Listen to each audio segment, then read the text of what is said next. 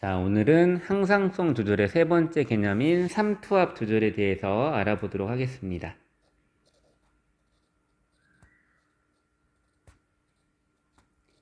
자, 삼투압을 이해하려면 이제 삼투라는 개념을 알아야 되는데, 자, 우리가 중학생 때 배웠던 개념 중에 자, 확산하고 이제 삼투라는 게 있어요. 자, 이렇게 해놓고, 자, 왼쪽에 물이 있고 오른쪽에 자, 설탕물이 있으면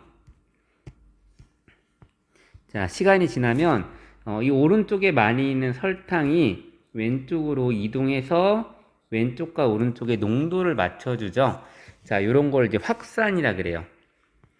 자, 이제 여기서 용어들이 많이 나오는데, 이제 설탕물은 설탕이 물에 녹은 건데, 자, 물같이 다른 물질을 이제 녹이는 애를 용매라 그러고, 그 용매에 녹는 설탕은 용질이라 그럽니다. 자, 그래서 용매와 용질이 물과 설탕이 합쳐지는 이 과정은 용해라 그러고, 그래서 용해 결과 만들어진 자, 설탕물은 용액이라 그럽니다. 용액. 자, 그래서 이제 확산의 개념은 뭐냐면, 자, 설탕과 같은 용질이 자, 현재 지금 오른쪽에서 왼쪽으로 가고 있는데, 자, 고농도에서 저농도로 이동하는 것을 우리는 확산이라 그럽니다. 그래서 교실의 한 구석에서 한 친구가 뭐 방구를 끼거나 또는 향수를 뿌리면 그 향을 그 멀리 있는 사람도 맡을 수 있죠. 이런 것은 그 용질이 이제 확산이 되기 때문에 그렇습니다. 자, 삼투도 이제 비슷한 조건이 주어지는데, 자, 이렇게 왼쪽에는 물이 있고 오른쪽에 설탕물이 있으면, 자, 삼투는 어떤 상황에서 주어지냐면 요 가운데에 있는 막이 자, 반투과성 막일 때 이루어집니다. 반투과성 막. 자, 어떤 조건을 가지고 있냐면 이 반투과성 막은 자, 물은 입자 크기가 작기 때문에 이 반투과성 막을 통과할 수 있는데, 자, 설탕은 입자 크기가 좀 더 커서 이 반투과성 막을 통과하지 못하는 그런 반투과성 막이 가운데 있는 거예요. 자, 그러면 이제 원래 같았으면 이 왼쪽과 오른쪽의 설탕의 농도가 다르니까 이제 오른쪽 농도가 높은 곳에서 농도가 낮은 왼쪽으로 설탕이 이동해야 되는데, 이 반투과성 막 때문에 지금 설탕이 통과를 못하는 상황이죠. 자, 그렇지만 얘네들은 이제 농도를 맞춰줘야 되기 때문에 어떤 일이 일어나냐면, 자, 오히려 왼쪽에서 오른쪽으로 물이 이동을 해버립니다. 물이. 자, 그래서 시간이 지나서 이걸 관찰을 해보면, 자, 원래 이 정도 있었으면, 자, 왼쪽은 수면이 줄어들어 있고, 오른쪽은 수면이 증가해 있는, 그런 결과를 볼 수 있어요. 자, 요런 게 삼투인데, 자, 요렇게, 용질, 뭐, 고농도, 저농도로 표현했던 것처럼 삼투를 표현해 보면은, 자, 삼투는 용질이 아닌 용매가 이동하는 겁니다. 용매가 어디서 어디로 이동하냐면, 용매가 저농도에서 고농도로 이동하는 걸 우리는 삼투라 그래요. 삼투. 자, 그리고 자, 이 삼투 현상에 의해서 물이 지금 이동을 하는데, 그때 이 반투과성 막이 요 막이 압력을 받을 건데, 이 막이 받는 압력을 우리는 뭐라 그러냐면 삼투압이라 그럽니다. 이 삼투 현상이 일어날 때 이 막이 받는 압력을 삼투압이라 그러고, 자, 이 삼투압을 계산하는 식이 어떻게 되냐면, 자, P는 CRT라는 식이 있어요.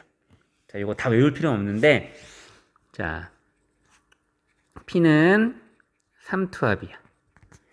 삼투압이고, 자, 그 다음에 이 C는 화학 시간에 배웠을까 모르겠는데, 용액의 몰 농도라고 하는 농도가 이 C 값에 들어가고, R은 기체 상수, T는 절대 온도를 나타내요. 이렇게 계산이 되는데, 자, 일단, 자, 기체 상수값은 상수니까 고정이 되어 있는 값이죠. 자, 그 다음 절대 온도가 증가하면은 삼투압이 증가한다고 되어 있는데, 온도가 증가하면은 분자들의 움직임이 더 활발해지니까 물이 더 강한 힘으로 들어오겠죠. 네, 그래서 삼투압이 증가하는 효과가 나오는 거고, 자, 용액의 몰 농도가 증가하면은, 자, 이 오른쪽에 설탕물이 더 연할 때보다 더 진할 때, 이 양쪽의 농도를 맞추려는 힘이 더 강하게 작용할 테니까, 농도가 높으면 높을수록 삼투압도 높아지게 됩니다. 그래서 우리는 사실상, 자, 요 값은 고정된 값이고, 보통 이제 우리가 체내에서 일어나는 일들을 다루기 때문에 온도도 거의 같은 상태에서 이루어질 거예요. 그래서 우리는, 물론 같은 의미는 아니지만, 농도가 높아지면은 삼투압도 높아진다. 그냥 우리 몸 안에서의 농도랑 삼투압은 거의 같은 말처럼 쓰여도, 거의 다를 바 없다. 라는 식으로 이해를 해도, 앞으로 이제 문제 풀거나 새로운 개념 배울 때 이해하기 쉬울 거예요. 거의 우리 몸에서, 농도랑 삼투압이 거의 같은 말처럼 쓰일 수 있어요. 이들이 같이 증가하고 같이 떨어지기 때문에. 같은 의미는 아니지만, 자, 이런 식으로 이제 삼투압에 대한 이제 개념을 알아봤고, 자, 삼투압을 조절을 이제 할 건데, 자, 삼투압도 항상성이 하나이기 때문에, 자, 삼투압을 조절하는 중추는 역시 간내의 시상하부입니다. 자, 간내의 시상하부는 자율신경계와 뇌분비계를 조절해서 우리 몸의 항상성을 유지하는 곳이었죠. 자, 여기에 조절을 받고, 자, 삼투압 조절할 때 엄청 중요하게 쓰이는 호르몬이 있는데 그 호르몬이 ADH, 한글로는 항이뇨 호르몬이라는 호르몬이에요. 자, 요거 혹시 복습이 됐을까 모르겠는데, 자, 교과서 83쪽에 나와 있던 그 수많은 호르몬들 이름 나왔던 거 기억나요? 거기 등장했던 애인데, 잠깐 멈춰놓고 한번 맞춰봐요. 어딘지. 자, 항이뇨 호르몬 분비했던 곳이 어디였는지 기억이 날라나? 정답이 어디냐면, 자, 뇌하수체 후엽에서 분비가 되는 호르몬입니다. 자, ADH 또는 항이뇨 호르몬이라고 불리는 이 호르몬은 뇌하수체 후엽에서 분비되는 호르몬이에요. 자, 교과서 83쪽 한번 읽어보면은 이 호르몬의 역할도 나와 있는데, 자, 콩팥의 수분 재흡수를 촉진한다고 되어 있어요. 자, 항이뇨 호르몬이라는 호르몬은 뇌하수체 후엽에서 분비되어 콩팥을 표적세포로 작용하며 콩팥에서 수분이 재흡수되는 걸 촉진합니다. 자, 콩팥은 배설기관이었죠? 자, 우리 그때 배웠던 이제 배설 개념을 좀 다시 복습을 해보면, 자, 콩팥 동맥을 통해 들어온 혈액이 이렇게 사구체를 통해서 콩팥으로 들어오고, 그러면은 이제, 이렇게,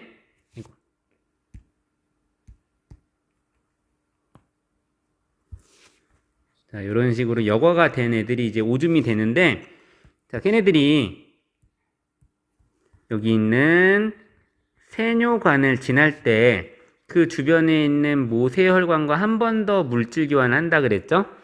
자, 세뇨관에 있는 물질 중에서 우리 몸에 필요하다 싶은 물질을 다시 흡수해 가는 걸 재흡수라 그랬고, 자, 모세혈관에 있는 것 중에 아직 버리지 못한 것들을 마저 버리는 걸, 자, 분비라 그랬어요. 분비. 자, 그리고 이 재흡수가 되는 물질에는 뭐 포도당, 아미노산 같은 영양소, 얘네들은 100% 재흡수하고, 그리고 물이나 무기염료는 필요한 만큼 재흡수를 한다고 이제 배웠는데, 자, 여기에 작용하는 거예요. 우리가 지금 방금 이야기했던 ADH라고 하는 항이뇨 호르몬은 이 수분이 세뇨관에서 모세혈관으로 재흡수되는 걸 촉진합니다.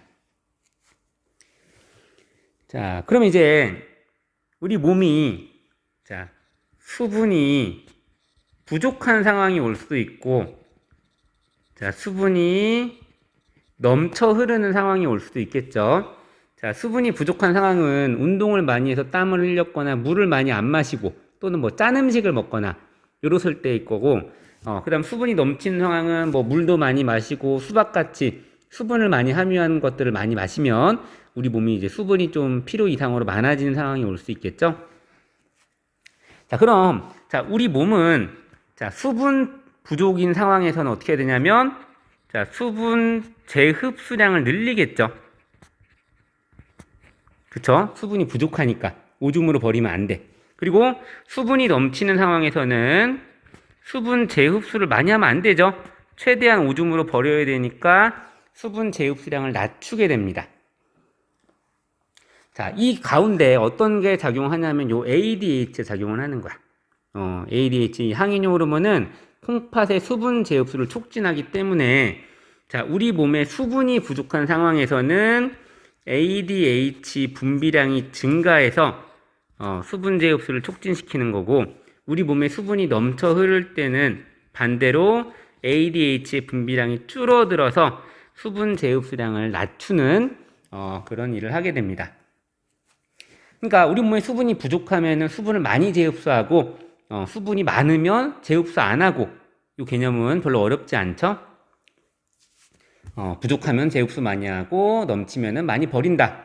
이런 개념인데, 자, 요게 어렵게 다가오는 이유는 자, 문제에선 절대로 우리 몸에 수분이 부족하다, 수분이 넘친다 이런 식으로 표현해 주는 게 아니고 이거를 혈장의 농도 또는 혈장의 삼투압 이런 식으로 이제 표현을 하는 거야. 자, 그래서 상황을 한번 두 가지 상황을 이야기할 건데, 자, 보통 이렇게 표현을 해요. 혈장 삼투압이 높은 첫 번째 상황하고, 그 다음에 여기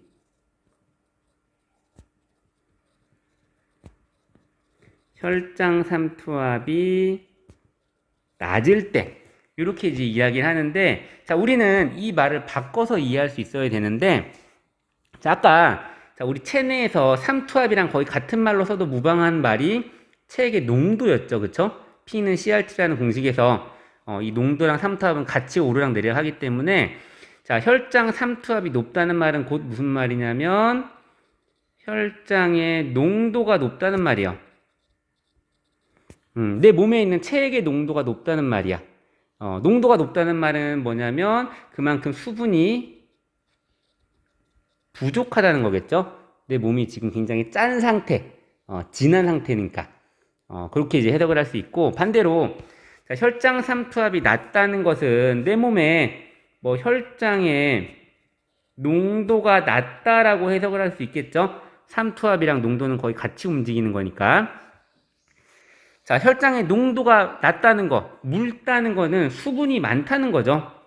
자, 이때는 그럼 수분이 넘친다 라고 우리가 이해할 수 있어야 돼요.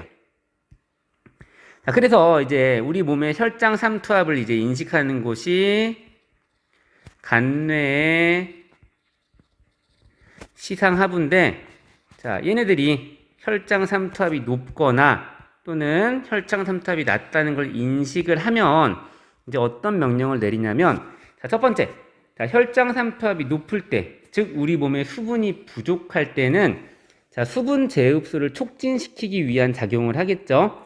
그래서 자, 우리 뇌하수체 후엽에 명령을 내립니다. 우리 뇌하수체 후엽에 명령을 내려서 자, ADH 항이뇨 호르몬의 분비를 촉진시킵니다. 그러면 우리 ADH는 그 표적기관이 콩팥이니까 콩팥에 작용을 하겠죠. 그래서 자, 수분의 재흡수량이 증가하게 됩니다. 자, 그럼 이제 우리 몸에 수분이 많아지니까 우리 몸의 농도가 낮아지는 거니까 혈장 삼투압은 낮아지겠죠. 네, 요런 결과를 가지고 오게 됩니다. 자, 반대로 자, 혈장 삼투압이 낮을 때, 즉 우리 몸에 수분이 넘칠 때는 수분 제흡수를 많이 하면 안 돼요.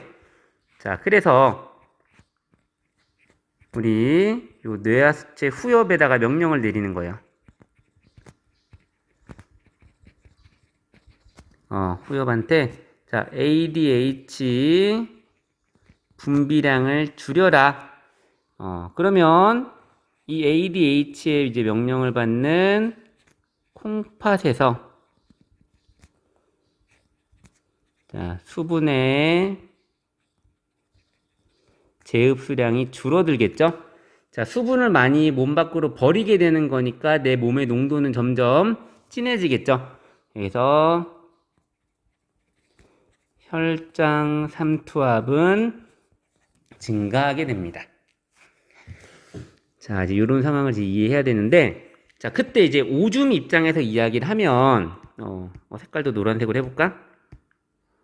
자, 이 윗상황, 이런 상황이 벌어지면 지금 수분제 흡수를 많이 했기 때문에, 자, 오줌으로 나가고 있던 용액에서 수분을 많이 뺏겼으니까, 결국 내가 몸 밖으로 내보내는 오줌은 양이 많이 줄어있고, 수분을 뺏겼으니까 많이 진한 오줌이 나가겠죠? 그래서, 요 상황에서는 어떤 오줌이 나오냐면, 자, 오줌의 양은 적고, 오줌 농도는 또는 오줌의 삼투압은 진한, 요런 오줌이 나오는 경우가 있어요. 종종 우리 막 화장실 가서 소변을 봤는데, 그 오줌 새끼 굉장히 막 노래가지고, 내 몸에 이상이 있지 않나, 이렇게 걱정한 적 있죠. 내 몸이 현재 위에와 같은 상황이기 때문에, 오줌이 적은 양이면서 진한 오줌이 나온 거예요. 자, 반대로 아랫 상황에서는 자, 수분제 흡수를 적게 하기 때문에 오줌으로 많은 양의 수분이 나가겠죠. 그래서 오줌 양은 증가하고 굉장히 묽은 오줌이 나가게 됩니다.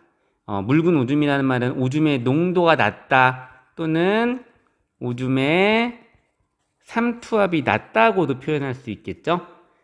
그래서 자, 오줌에 대한 농도를 이야기하는 건지 또는 내 몸의 체액에 대한 농도를 이야기하는 건지 구분을 잘 해가지고 이 위의 상황과 아랫 상황을 구분을 잘 했으면 좋겠습니다. 자, 그러면 지금 배운 내용이 교과서에서는 어떻게 서술되어 있는지 한번 볼게요. 자, 여기는 교과서 89페이지입니다.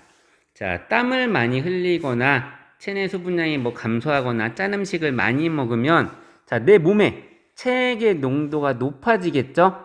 자, 농도랑 삼투압은 같이 높아지고 낮아집니다. 그게 서로 의미가 다르긴 하지만 거의 같은 말처럼 쓰이고 있는 거예요. 자, 반대로 수분이 많은 거 먹고 물을 마셔서 체내 수분량이 증가하면 자, 체액의 농도가 낮아지고 삼투압도 낮아진다. 농도랑 삼투압은 이렇게 같이 움직이고 있습니다. 자, 이제 밑에 있는 그래프는 자, 삼투압이 증가함에 따라서 항인효 호르몬, ADH 호르몬이 양이 증가하는 거죠. 내 몸의 농도가 진해지니까 수분 제흡수를 늘리기 위해서 항인효 호르몬이 더 많이 분비되는 그런 그래프를 보여주는 거예요. 여기 항인효 호르몬 ADH 나와 있죠. 요거 알아두시고 자, 교과서 다음 장 가보면 자, 역시 또 뇌하수체 후엽에서 분비되는 항인효 호르몬에 대한 소개가 나와 있죠. 콩팥에서 물의 제흡수를 촉진한다. 그래서 우리가 방금 배운 두 가지 상황, 우리 간내 시상하부가 느끼기에 삼투압이 높을 때와 낮을 때 우리 몸에서 어떤 일들이 벌어지는지 지금 나와 있죠. 높을 때는 뭐 요러요러한 일들이 일어난다. 낮을 때는 뭐 후엽에서 요런 일이 일어나서 요런 결과가 나온다. 요렇게 우리 몸의 삼투압은 일정하게 유지되고 있습니다. 자, 한번 읽어보세요. 위에 있는 내용 다 설명한 거니까 다 읽힐 거야, 쉽게. 자, 그리고 우리는 여기 밑에 있는 스스로 확인하기를 풀고 3단원은 맞춰보겠습니다. 자, 1번. 자, 내분비샘에서 생성되고 분비되어 특정 조직이나 기관의 기능을 조절하는 화학물질은 우리 호르몬이라 그러죠. 호르몬. 자, 그리고 2번. 자, 음성 피드백으로 티록신 분비량이 조절되는 과정을 쓰라는데, 자, 티록신 분비량이 증가하면 이 증가한 결과가 자신을 증가하게 했던 원인을 억제하게 되죠. 자, 그 원인이 뭐냐면 TSH랑 TRH 호르몬의 분비를 억제하는 거였어요. 요거 좀 간략하게 요약해서 쓰면 되겠죠? TRH, TSH. 그럼 3번. 자, 혈당량이 정상보다 높아지면 이자에서 자, 인슐린 분비가 촉진이 되고 혈당량이 정상보다 낮아지면 이자에서 글루카곤이 분비되고 또 부신 속질에서는 자, 에피네프린이 분비됐었죠. 요 내용 알아두는데 자, 이자에서 인슐린과 글루카곤을 분비하는데 자, 이자에 이제 이자섬이라고 하는 곳에 알파 세포랑 베타 세포가 있었는데 자, 알파 세포가 분비하는 호르몬이 글루카곤이었고 베타 세포가 분비하는 호르몬이 인슐린입니다. 자, 요거 이제 외우는 방식은 칼의 베인 상처다. 그리고 얼마 전에 엄청 이제 인기 많았던 인공지능 알파고다. 이렇게 외우면 어떨까 싶어요. 물론 이렇게 외우는 거 정답은 아니고 자기만의 방식으로 인슐린과 글루카곤이 어디서 분비되는지 외울 수 있으면 좋겠습니다. 자, 그리고 4번. 자, 우리 몸의 체온이 낮아졌을 때 어떻게 하느냐? 자, 우리 몸에서 열 생산량을 늘려야겠죠? 열을 많이 만들어야 되고, 열 방출량, 몸 밖으로 빠져나가는 이제 열의 양은 줄여야겠죠? 네, 이런 과정을 통해서 체온을 다시 높이게 됩니다. 자, 여기까지가 이제 3단원 내용은 마치는 겁니다. 자, 이어서 4단원 내용 좀 봐볼게요. 자, 다음으로는 자, 3단원의 네 번째 소단원, 마지막 단원이죠. 자, 인체의 방어 작용에 대해서 배워보겠습니다.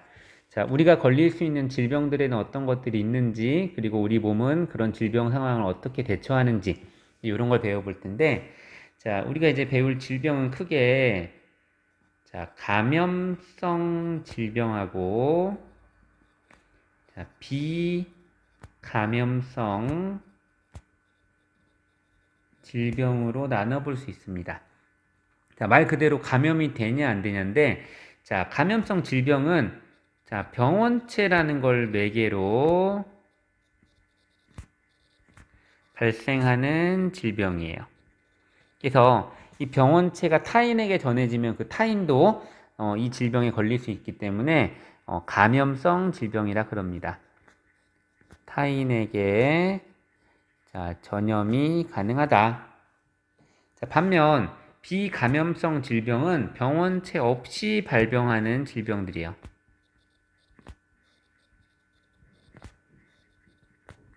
자, 이거 어떻게 가능하냐? 자, 우리들의 뭐 생활 방식이라든지 또는 뭐 유전 또는 뭐 환경 이런 것들의 원인이 돼가지고 발생하는 질병인데 어떤 게 있냐면 뭐 심장병 또는 뭐 뇌졸중 또는 뭐 당뇨병 또는 뭐 혈압, 고혈압 뭐 이런 것들은 뭐 유전의 영향도 받기도 하지만 우리 식습관을 통해서 기름진 거 많이 먹고 이래서 혈관 내부에 이제 뭐 기름기가 많이 쌓이면 발생하기도 하고 이런 것들이죠. 그리고 뭐 생맹 자, 생맹 같은 경우는 이제 유전을 통해서 전달되는 건데 생맹인 사람이 자기 눈 비벼서 옆에 있는 친구 막 비빈다고 생맹되는 거 아니죠. 이거는 이미 내 유전자에서 이미 결정돼서 내려온 거예요. 그 밖에 다양한 유전병들 유전자를 통해서 전달되는 각종 유전병들은 감염성 질병이 아니고 비감염성 질병에 해당합니다. 자, 그래서 이제 우리는 요 감염성 질병을 일으키는 요 병원체에 대해서 이제 자세히 배워볼 건데, 자, 이걸 하기에 앞서서 우리가 중학교 때 배웠던 생물의 이제 분류 체계를 좀 이해를 해야 되는데, 자, 생물은 크게 자, 원핵 생물하고 자, 진핵 생물로 구분할 수 있습니다. 우리가 첫 시간에 배웠을 때 세포를 배우면서 원핵 세포랑 진핵 세포를 구분했죠? 자, 핵이나 미토콘드리아 같은 막성 소기관이 제대로 갖춰지지 않은 게 원핵 세포. 그런 것들이 제대로 갖춰진 게 진핵 세포였고, 자, 원핵 세포로 이루어진 생물을 원핵 생물, 진핵 세포로 이루어진 생물을 진핵 생물이라 그럽니다. 자, 그리고 우리가 중학교 때 배웠던 생물의 분류 체계는 아마도 5개 체계에 대해서 한번 들어봤을 건데, 자, 이 원핵 생물에 해당하는 생물들을 묶어 놓은 개가 원핵 생물계예요. 대표적으로 이제 세균, 각종 세균들이 여기에 속하고, 자, 이 진핵 생물에 속하는 생물들을 또 4개의 개로 나눠놨는데, 그 중에 하나가 우리 인간이 속한 동물계, 그리고 광합성을 하는 식물들을 모아놓은 식물계, 그리고 버섯과 곰팡이가 속한 균계, 세균하고 이제 균계를 많이 헷갈릴 수 있는데, 세균은 균계가 아닙니다. 원핵 생물계고, 자, 균계에는 대표적으로 이제 버섯과 곰팡이를 배웠을 거예요. 자, 그 밖에 진핵 생물이긴 한데 동물도 아니고 식물도 아니고 버섯 곰팡이 같은 구조를 가지지도 않고 뭔가 대충 생기기도 하고 단세포기도 하고 이런 잡다한 것들을 많이 묶어 놓은 애들이 있는데 그게 어디냐면 원생 생물계예요. 요런 이제 5개 체계를 배웠는데, 자, 이제 우리가 배우는 이제 병원체 종류를 이제 배우는데,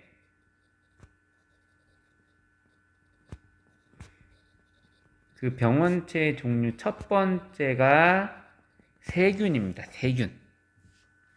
자, 세균은, 자, 원핵 생물이니까, 뭐, 핵이나, 그런 뭐, 미토콘드리아 같은, 막성 세포 소기관이 없어요. 이런 게 이제 보통의 특징이고, 자, 우리가 각종 어떤 질병명을 들었을 때 그 질병명 뒤에 무슨 균, 무슨 균 붙었던 질병들이 전부 다 이런 세균에 의한 질병이에요. 자, 뭐가 있었냐? 자, 결핵균, 그리고 파상풍균. 파상풍은 우리가 막 녹슨 그런 철제에 이제 손을 베었을 때 이제 걸릴 수 있는데 그런 녹슨 환경에 이제 이런 파상풍균들이 살고 있어요. 이런 파상풍 그리고 탄저균 들어봤죠? 탄저균을 일으키는 탄저병. 그리고 폐렴균이 일으키는 폐렴. 그리고 콜레라균. 이런 질병들이 세균에 의해서 발생하는 질병입니다. 자, 그럼 이제 세균은 어떻게 처리를 하냐면, 이제 항생제를 통해 처리를 하는데, 자, 이렇게 세균을 보면, 자, 우리가 이제 식물의 세포막 주변에 이제 세포막이 있다는 걸 알고 있죠.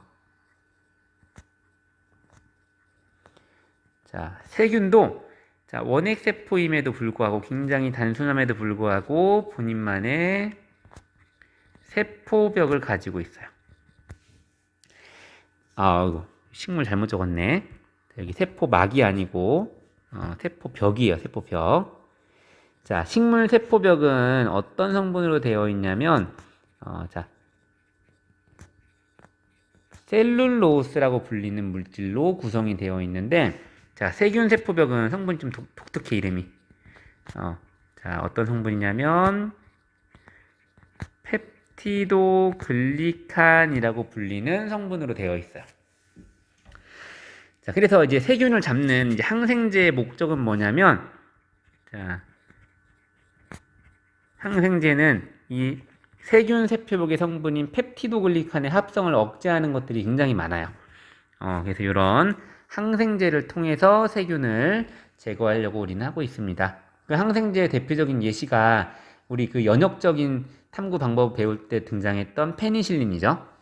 이렇게 항생제를 통해서 이제 세균을 통한 질병을 치료하고 있습니다. 자, 그 다음 두 번째는 바이러스예요. 자, 바이러스는 아까 우리 나눴던 요 5개 분류 체계에 속하지 않죠.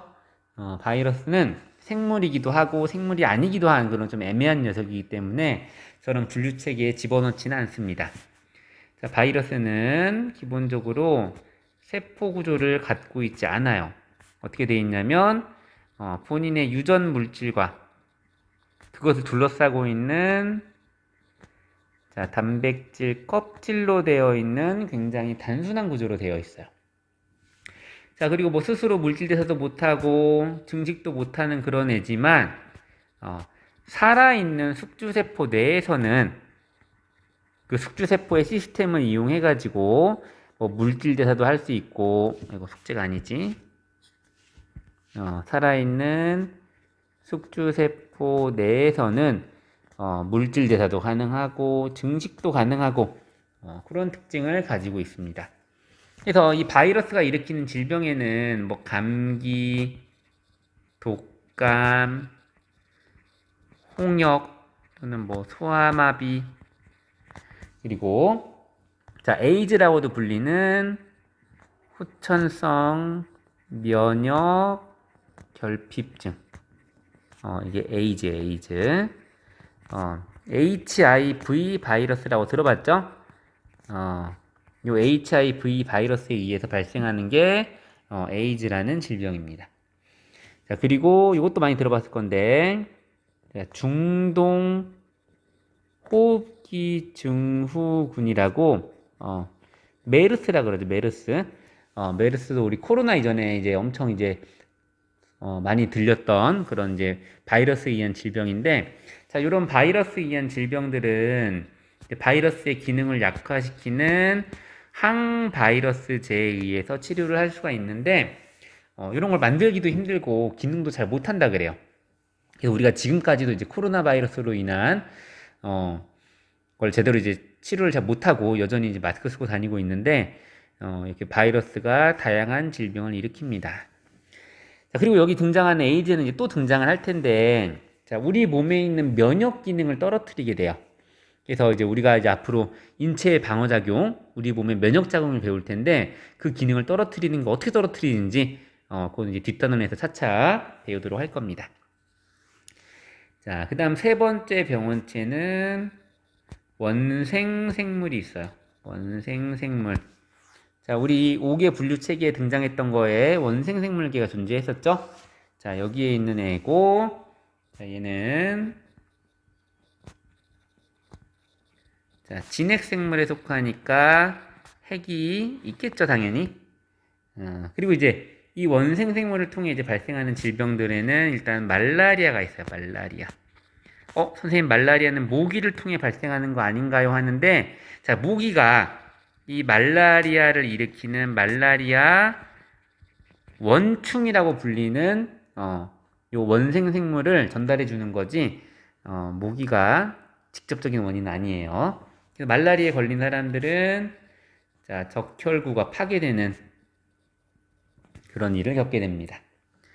자, 그리고, 자, 아메바라는 단세포 생물도 핵을 가지고 있는 진핵생물인데 이런 아메바성 이질 얘네들은 이제 장의 염증을 일으켜요. 장염을 일으키고 그 다음에 중추신경계가 좀 마비되는 이제 수면병이라는 질병이 있는데 이거는 파동편무충이라는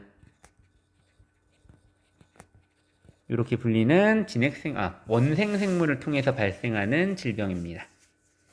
아메바성 이질은 아메바에 의해서 발생하겠죠? 아메바. 자, 이런 게 있고, 그 다음, 자, 네 번째 병원체의 예시는 균류가 있어요.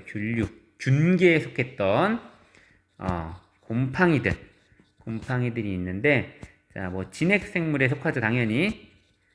진핵생물에 속하니까, 이런 균류들은 다 핵을 가지고 있는 애들이고, 자, 얘로 인해 발생하는 질병의 예시는 이제 크게 무좀이 있습니다. 무좀.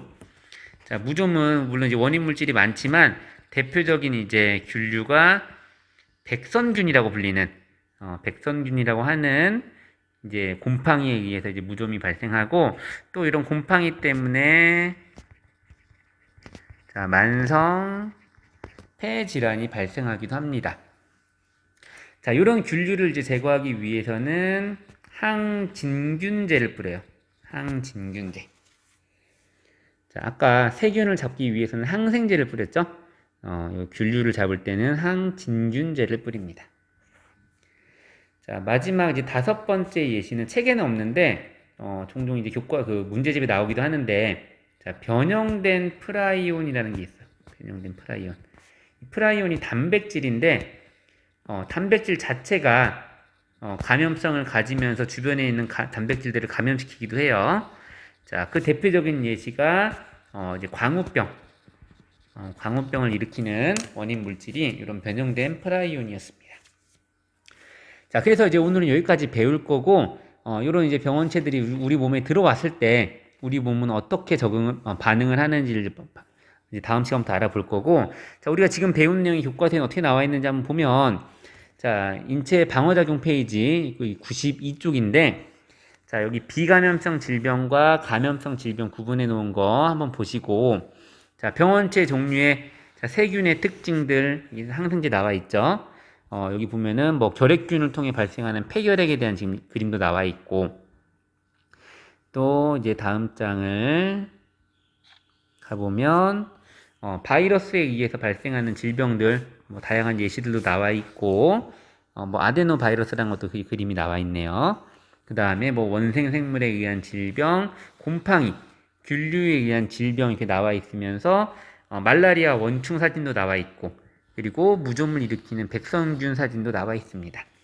요 내용 방금 필기한 내용이랑 이제 비교하면서 알아보시고, 자, 그 다음에 교과서 94쪽에 가보면은 질병의 감염 경로와 예방인데, 이거 뭐 손 씻기 잘해라, 뭐 기침할 때는 입을 가려라, 뭐 음식물 끓여 먹어라, 상한 음식 먹지 말아라, 이런 모기 같은 거 잘 퇴치해라, 이런 내용 나와 있으니까 여긴 한번 가볍게 한번 읽어보면 될 것 같습니다.